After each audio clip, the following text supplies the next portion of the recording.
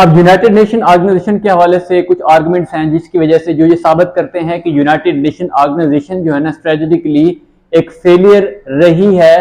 तो उसके हवाले से कुछ आर्गुमेंट्स हैं, क्योंकि यूनाइटेड नेशन ऑर्गेनाइजेशन का वार्स के हवाले से इतना पॉजिटिव रोल नहीं रहा, क्योंकि it could not play a positive role in wars that was waged throughout the world।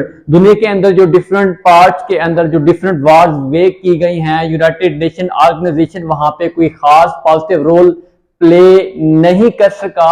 इस वजह से यूनाइटेड नेशन ऑर्गेनाइजेशन को स्ट्रेटेजिकली एक फेलियर ऑर्गेनाइजेशन कहा जाता है। उसकी एविडेंस मैंने यहाँ पे मेंशन की हुई है। देखो, limited role of united nation organization देखें किसमें, यूएस इन्वेजन ऑन इराक। जब इराक पर यूनाइटेड स्टेट्स ने सस्पिशियस ग्राउंड्स के ऊपर उसके ऊपर अटैक किया, तो ये भी एक रोल है कि वहां पे यूनाइटेड नेशन यूएनओ ने कोई खास रोल प्ले नहीं किया। तो US led NATO presence in Afghanistan. अब 9/11 के बाद जो इंसिडेंट्स हुआ था वर्ल्ड ट्रेड ऑर्गेनाइजेशन के ऊपर, उसके बाद नेटो लेड ऑपरेशन हुआ अफगानिस्तान के अंदर, तो वहां पे पीस लाने के लिए वहां पे यूनाइटेड यूएनओ ने कोई खास रोल प्ले नहीं किया, जिसकी वजह से हम कह सकते हैं यूनाइटेड नेशन ऑर्गेनाइजेशन क्या है, एक फेलियर है। क्योंकि उसका मकसद क्या है सिक्योरिटी काउंसिल का, to promote peace and security. अब देखो यहां पे इन एरियाज के अंदर यूनाइटेड नेशन ऑर्गेनाइजेशंस ने as a peaceful role play नहीं किया, जिसकी वजह से आप कह सकते हैं कि यूनाइटेड नेशन ऑर्गेनाइजेशन एक फेलियर है। इसके अलावा अभी रिसेंटली ही एक इश्यू चल रहा है यूक्रेन के अंदर, क्योंकि यूक्रेन ने रशिया ने यूक्रेन के ऊपर अटैक किया था 2014 के अंदर, तो उसमें यूनाइटेड नेशन ऑर्गेनाइजेशन ने कोई खास रोल प्ले नहीं किया। तो अब देखें, Russian invaded Ukraine to occupy Crimea. अब ये आपने जहन में रखना है कि रशिया ने किसके ऊपर अटैक किया, यूक्रेन के ऊपर। किस लिए? ऑक्युपाई करने के लिए Crimea, CRIMEA, Crimea, in 2014 without a care for UN principle. मतलब रशिया ने यूएन प्रिंसिपल की केयर ना करते हुए यूक्रेन के ऊपर अटैक किया क्रीमिया को ऑक्युपाई करने के लिए। लेकिन रिसेंटली भी ये वार जारी है, जिसके दुनिया को बहुत ज्यादा नेगेटिव रेपरिकेशंस का सामना करना पड़ रहा है।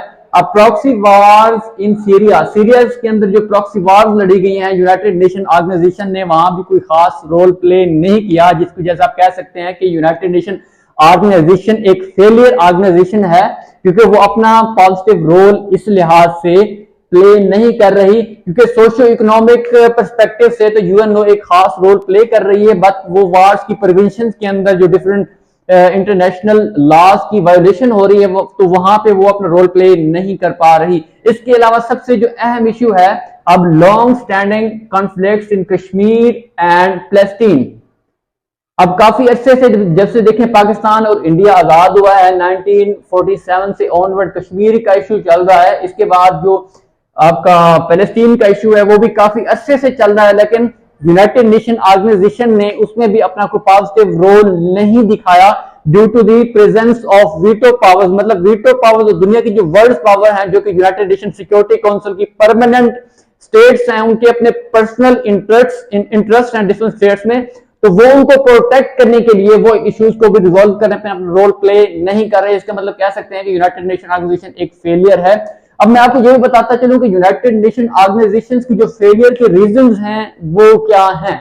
अब देखिए, influential role of veto powers. अब वीटो पावर्स की मैंने आपको बताया था कि अगर कोई बिल यूनाइटेड नेशन के अंदर पेश किया जाता है जनरल असेंबली में, तो जो और यूनाइटेड नेशन सिक्योरिटी काउंसिल के अंदर जो बिल जाता है, तो जो 5 पावर्स हैं P5, तो वो इस तरह अपना रोल प्ले करती हैं, तो वो बिल को बिल को कैंसिल करा सकती है कोई एक स्टेट अगर चाहे तो, क्योंकि उसकी पावर या इख्तियारात होते हैं, जिसकी वजह से उसका नेगेटिव रोल प्ले करते हैं इस लिहाज से।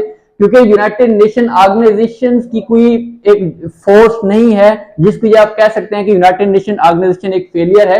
इसके अलावा जो डिफरेंट मेजर पावर्स हैं दुनिया के अंदर, जैसे रशिया है, यूके है, चाइना है, और इसके अलावा दूसरी पावर्स हैं, वो भी अपना रोल प्ले नहीं कर रही due to their personal interest, जिसकी वजह से ये कुछ आर्गुमेंट्स हैं जिसकी आप कह सकते हैं यूनाइटेड नेशन ऑर्गेनाइजेशन एक फेलियर ऑर्गेनाइजेशन है। जिसमें पहला मैंने आपको बताया कि यूएनओ का इसमें नेगेटिव रोल है, ये लिमिटेड रोल है। US invasion on Iraq, US led NATO presence in Afghanistan, Russian invaded Ukraine to occupy Crimea in 2014 without a care for UN principle, proxy wars in Syria, long-standing conflicts in Kashmir and Palestine.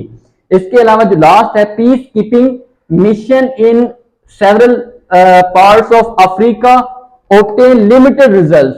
अब जो peace keeping operation थे, even though UNO ने 172 peace keeping जो mission थे उसमें कामयाब हुआ, but several parts of America के अंदर उसने जो लिमिटेड रोल प्ले किया, क्योंकि वहां पे थोड़े से रिजल्ट्स हासिल हुए हैं, क्योंकि वहां पे बहुत ज्यादा वायोलेशन की गई है फंडामेंटल ह्यूमन राइट्स की।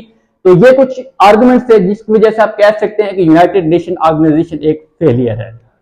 नेशन की सक्सेसेस के हवाले से डीकोलोनाइजेशन एक अहम कंपोनेंट है, क्योंकि जब यूनाइटेड नेशन ऑर्गेनाइजेशन को 1945 के अंदर बनाया गया था, तो उस टाइम यूके और फ्रांस के अंडर बहुत ज्यादा कॉलोनीज थी, कॉलोनीज। अब यूनाइटेड नेशन ऑर्गेनाइजेशन का ये सबसे एक बड़ा एक रोल है या अचीवमेंट है, क्योंकि उसकी सरपरस्ती में 1960s तक तकरीबन 80 स्टेट्स वजूद में आ चुकी थी due to the supervision of united nation organization. तो ये यूनाइटेड नेशन ऑर्गेनाइजेशन की एक सबसे बड़ी अचीवमेंट है, क्योंकि उस टाइम तकरीबन कोई 750 मिलियन पीपल जो थे वो कॉलोनियल रूल के अंडर थे, लेकिन अभी रिसेंटली के अगर हम देखें तो तकरीबन less than 2 million people under colonial rule हैं। तो इसके अलावा जो नेक्स्ट अचीवमेंट है यूनाइटेड नेशन ऑर्गेनाइजेशन की, वो है प्रोटेक्शन ऑफ ह्यूमन राइट्स। अब देखें यूनाइटेड नेशन के अंडर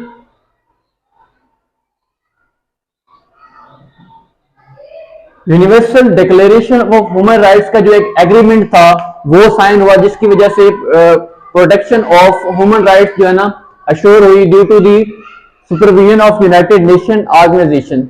अब नेक्स्ट जो इसकी अचीवमेंट है वो है पीस कीपिंग ऑपरेशन।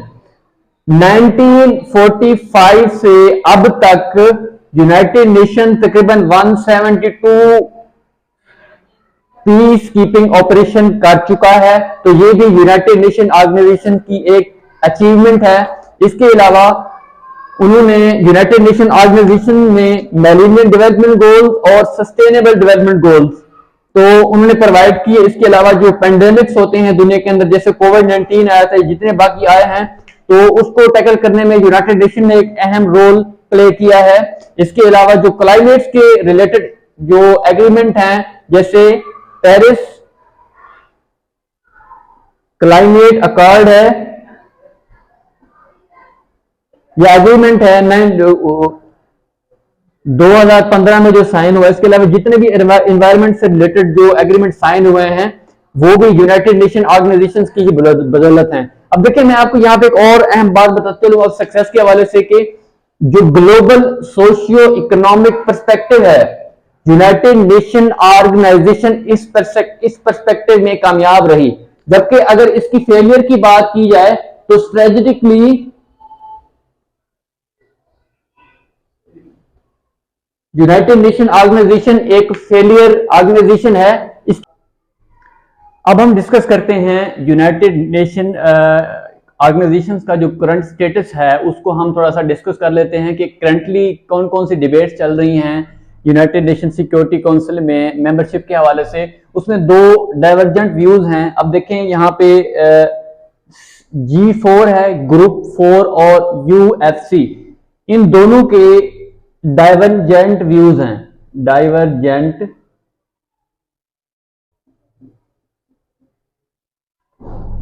अब हम देखते हैं कि G4 और UFC जो एब्रीविएशन है, यूनाइटेड फॉर कंसेंसस। अब ये दो ग्रुप्स हैं, इनके मेंबरशिप के हवाले से दो डाइवर्जेंट व्यूज हैं। वो क्या कहते हैं, अपने क्या राय देते हैं कि क्या होना चाहिए, किस तरह यूनाइटेड नेशन ऑर्गेनाइजेशन को होना चाहिए। अब देखिए G4 जिसको जर्मनी क्या कर रहा है, लीड कर रहा है। G4 ग्रुप को जर्मनी लीड कर रहा है, इसके अंदर जापान, इंडिया और ब्राजील। अब ये चार मुल्क क्या चाह रहे हैं, अब देखिए यूनाइटेड नेशन सिक्योरिटी काउंसिल के जो परमानेंट मेंबर्स हैं वो 5 हैं, जिनको हम P5 कहते हैं। तो जर्मनी, जापान, इंडिया और ब्राजील, ये चार ममालिक यूनाइटेड नेशन सिक्योरिटी काउंसिल के परमानेंट मेंबर बनना चाहते हैं। इनमें इंडिया इमर्जिंग है, इंडिया चाहता है कि मैं यूनाइटेड नेशन सिक्योरिटी काउंसिल का परमानेंट मेंबर बनूं। अब देखिए इनके क्या व्यूज हैं, अब ये क्या कहते हैं कि क्यों उनको अहमियत देनी चाहिए। देखो वो क्या कहते हैं, मोर परमानेंट मेंबर्स क्यों, on the grounds of economic strength. वो कहते हैं कि परमानेंट सीट्स सिर्फ इस वजह से उनको मिलनी चाहिए क्योंकि उनके पास इकोनॉमिक स्ट्रेंथ है, और दूसरी वजह क्या कहते हैं कि उनकी पॉलिटिकल स्टैंडिंग भी अच्छी है, इस वजह से उनको वहां पे यूनाइटेड नेशन सिक्योरिटी काउंसिल में एज अ परमानेंट मेंबरशिप मिलनी चाहिए। और इसके अलावा जो स्टेट जितना यूएनओ के अंदर कंट्रीब्यूट करती है उसकी वजह से उसकी क्या होनी चाहिए, अहमियत होनी चाहिए, और उसको क्या क्या मिलना चाहिए, उसको परमानेंट स्टेटस मिलना चाहिए यूनाइटेड नेशन सिक्योरिटी काउंसिल में। जबकि दूसरा ग्रुप जो है, क्योंकि इन दोनों के डिफरेंट व्यूज हैं, UFC United for consensus,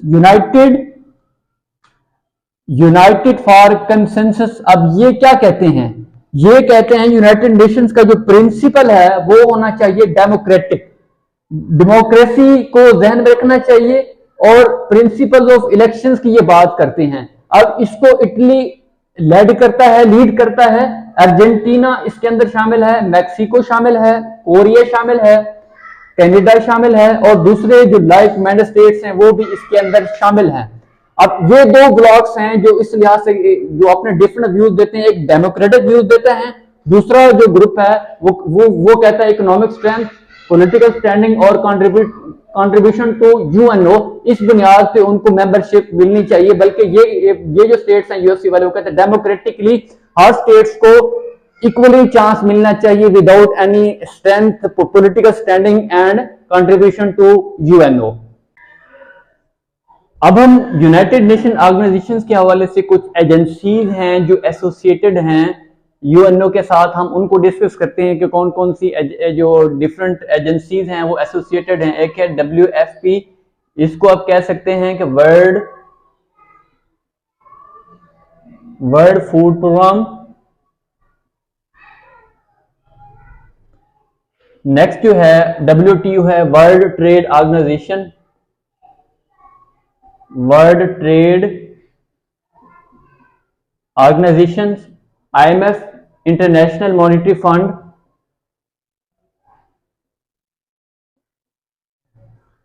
next है world bank, UNICEF, UNICEF, UNESCO, international labour organisation जो कि 1919 के अंदर बनी थी, और फूड एंड एग्रीकल्चर ऑर्गेनाइजेशन।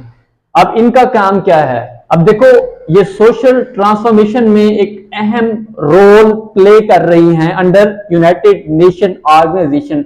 इस वजह से मैंने आपको बताया था कि सोशियो इकोनॉमिक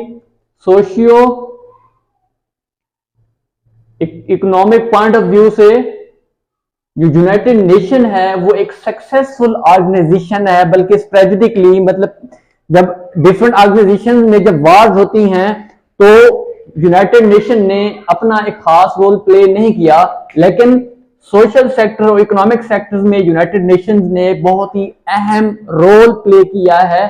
और ये जो कुछ ऑर्गेनाइजेशन हैं इन्होंने सोशली और इकोनॉमिकली यूएनओ में बहुत ज्यादा कंट्रीब्यूट करने की कोशिश की है।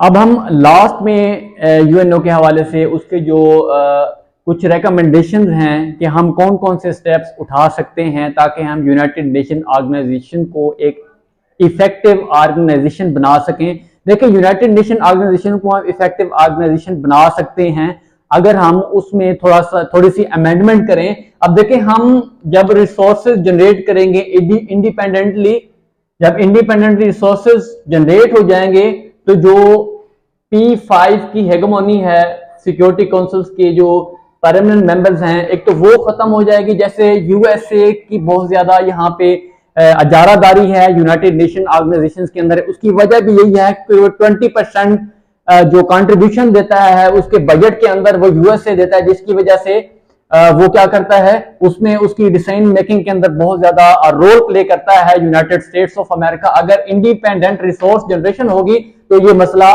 फिर दोबारा नहीं होगा। इसके अलावा जो परमानेंट आर्मी है वो होनी चाहिए यूनाइटेड नेशन ऑर्गेनाइजेशंस की, ताकि जो यूनाइटेड नेशन सिक्योरिटी काउंसिल की जो विल होती है या मैंडेट होता है या डिसेंस होता है, ताकि वो फोर्स क्या कर सके, वो इन्फोर्स कर सके।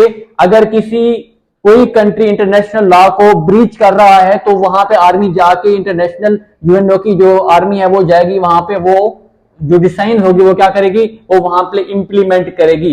इंक्रीजिंग नॉन परमानेंट मेंबर्स, अब क्योंकि यूनाइटेड नेशन सिक्योरिटी काउंसिल के 10 नॉन परमानेंट मेंबर्स हैं तो क्या होना चाहिए, उसमें इंक्रीमेंट होनी चाहिए, मजीद उसके अंदर नॉन परमानेंट मेंबर्स ऐड होने चाहिए। अब उसमें ऐड कौन हो सकते हैं, आप देखो मुस्लिम स्टेट्स दुनिया के अंदर 50 स्टेट्स हैं, 57 स्टेट्स हैं, लेकिन उनकी कोई रिप्रेजेंटेशन नहीं है यूनाइटेड नेशन परमानेंट मेंबर्स के अंदर भी नहीं है, और नॉन परमानेंट मेंबर्स भी बहुत कम है, अगर कभी कभी हो जाती है।